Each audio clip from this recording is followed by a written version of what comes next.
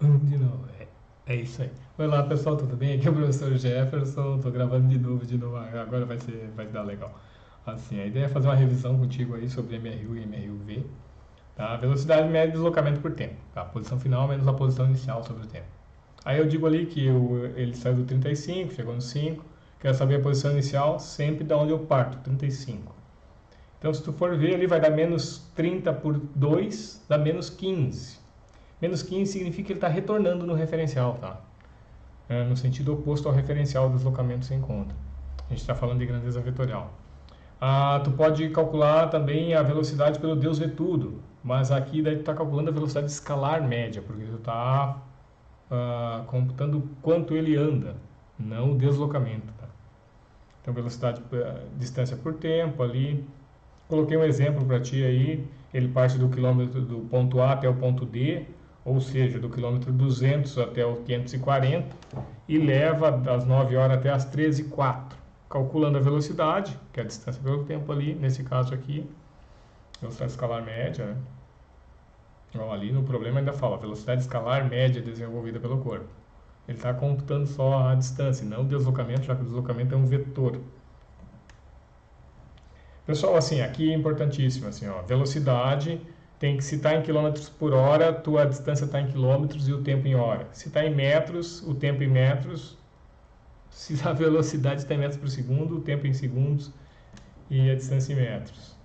Aqui as transformações, tá, para o deslocamento, ou seja, para a distância, para a velocidade e para o tempo. Onde é que surge o 3,6, pessoal? Se tu pegar os 72 km por hora, qualquer outro número, tu converte para metros o quilômetro, converte para segundos a hora, vai surgir ali o 3,6. Beleza? Coloquei um pequeno exemplo para ti aqui que os professores nesta área, já que a equação é simples, eles tentam ver se tu está dominando, entendeu? Partindo da premissa que tu consiga trabalhar com as unidades. Tá? Então, 18 km por hora, 2 em minutos, eu quero saber de ti quantos essa nossa formiguinha vai andar, tá? Então, tu vai ter que, quilômetros por hora e minuto, vai ter que converter essas unidades, transformei para segundo, dividindo por 3,6, transformei para minutos, ali multiplicando por 60, para segundos, e daí calculei a distância percorrida pela formiga. Imagina, em 2 minutos ela anda 600 metros, essa nossa formiguinha me puxei. Pessoal, assim, as unidades que as velocidades que mais são recorrentes, quando a gente for lá calcular a aceleração média, são essas aí, da tabela, tá? Eu coloquei a tabela porque elas são mais recorrentes e tu vai usar, acaba memorizando. Mas a essência é o 3,6 ali, de km por hora dividido, de quilômetros por hora para metros por segundo, dividido por 3,6. Para organizar a minha aula aqui contigo, eu dividi os casos que acontecem, que são mais recorrentes, né, em velocidade média, em 3 casos. Um em quando tu tem um movimento, uma trajetória com 2 velocidades, tá? Aí eu coloquei ali, um carro parte de A até B a 50 km por hora em 1 hora. 50 km em 1 hora. E de B até C, que ele percorre 40 km em 80 km por hora. E quero saber de ti a velocidade média de A até C. Tu vai ter que tirar de cada trecho do percurso o que tu tem de dados, tá? E daí no segundo percurso ali a gente vê que está faltando a hora, e já que a velocidade média vai ser todo o percurso dividido pelo tempo total gasto para fazer ele. Então, assim, a velocidade média vai dar a distância total ali, que é o 50 do primeiro mais 40 do segundo. No primeiro trecho eu tenho 1 hora, no segundo trecho eu tenho meia hora, beleza, vai dar 60 km por hora. Agora, outro probleminha que às vezes dá dúvida no aluno é o seguinte: se ele ficar parado no ponto B por uma meia hora, por exemplo, o que eu faço com essa meia hora? Leva ou não leva em consideração ao calcular a velocidade média? Leva em consideração. Distância total, tempo total, já que a gente está falando de velocidade escalar média, tá? Então, tu vai somar essa meia hora a mais e daí a velocidade fica 45 km por hora. Então, pessoal, assim, tu tendo vários movimentos na mesma estrada, tu tem que ter a distância total, descobrir o tempo total, tu soma eles para calcular a velocidade média do percurso. O segundo caso aqui que eu a organização da nossa aula, eu botei como segundo caso, é quando tu tem um corpo extenso passando por outro corpo extenso. Tá? No caso, um exemplo aqui, tu não leva muito em consideração o meu desenho, já que o trem está voando e coisa e tal, e a ponte também está ali, assim. Mas, quando a frente do trem entra sobre a ponte, quando a parte de trás está saindo, que ele passou pela ponte. Então, para calcular o tempo que ele levou para passar a ponte, eu tenho que somar tanto o comprimento do trem quanto o comprimento da ponte, que é a distância total que o trem tem que percorrer para passar a ponte. Aí fazendo aquela continha que está ali, tu chega em 68 segundos ele leva para passar a ponte. A essência aqui é que tu vai somar o comprimento do trem e o comprimento da ponte. Tá? Ele pode, eu te dei nesse problema aí a velocidade e os dois comprimentos e pedi o tempo. Ele pode te dar um outro problema, que ele pode te dar um dos comprimentos, no caso aqui o comprimento da ponte, o tempo e a velocidade e pedir o outro comprimento, beleza? Mas tu tendo a essência que tu vai somar os dois comprimentos, é isso aí. Ali vai dar, se não me engano, a letra... Aqui eu botei a setinha, se não me engano é senha a resposta, tá? Porque depois ela mudou de lugar. Show de bola. A velocidade relativa. Velocidade relativa, tu tem a velocidade em relação ao asfalto de um corpo e ele quer a velocidade em relação ao outro.